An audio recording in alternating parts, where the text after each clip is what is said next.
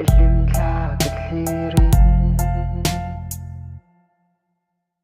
ma se darang katon ni chuan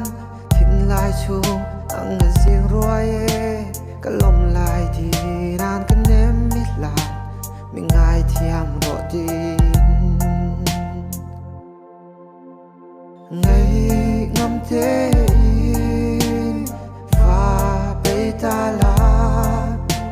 ma ngai luat fa yan ka tem lau che chaleng dang ni pom Itin lai ro ka lim don chuan sira tam ten ka liam tang he ilim lai pa ang ti ful rengan ka tling zau ve si lo ngai ngam te va pe ta la ma ngai luat fa yan ka tem lau che chaleng dang ni pom chân tu reng chu don lo fin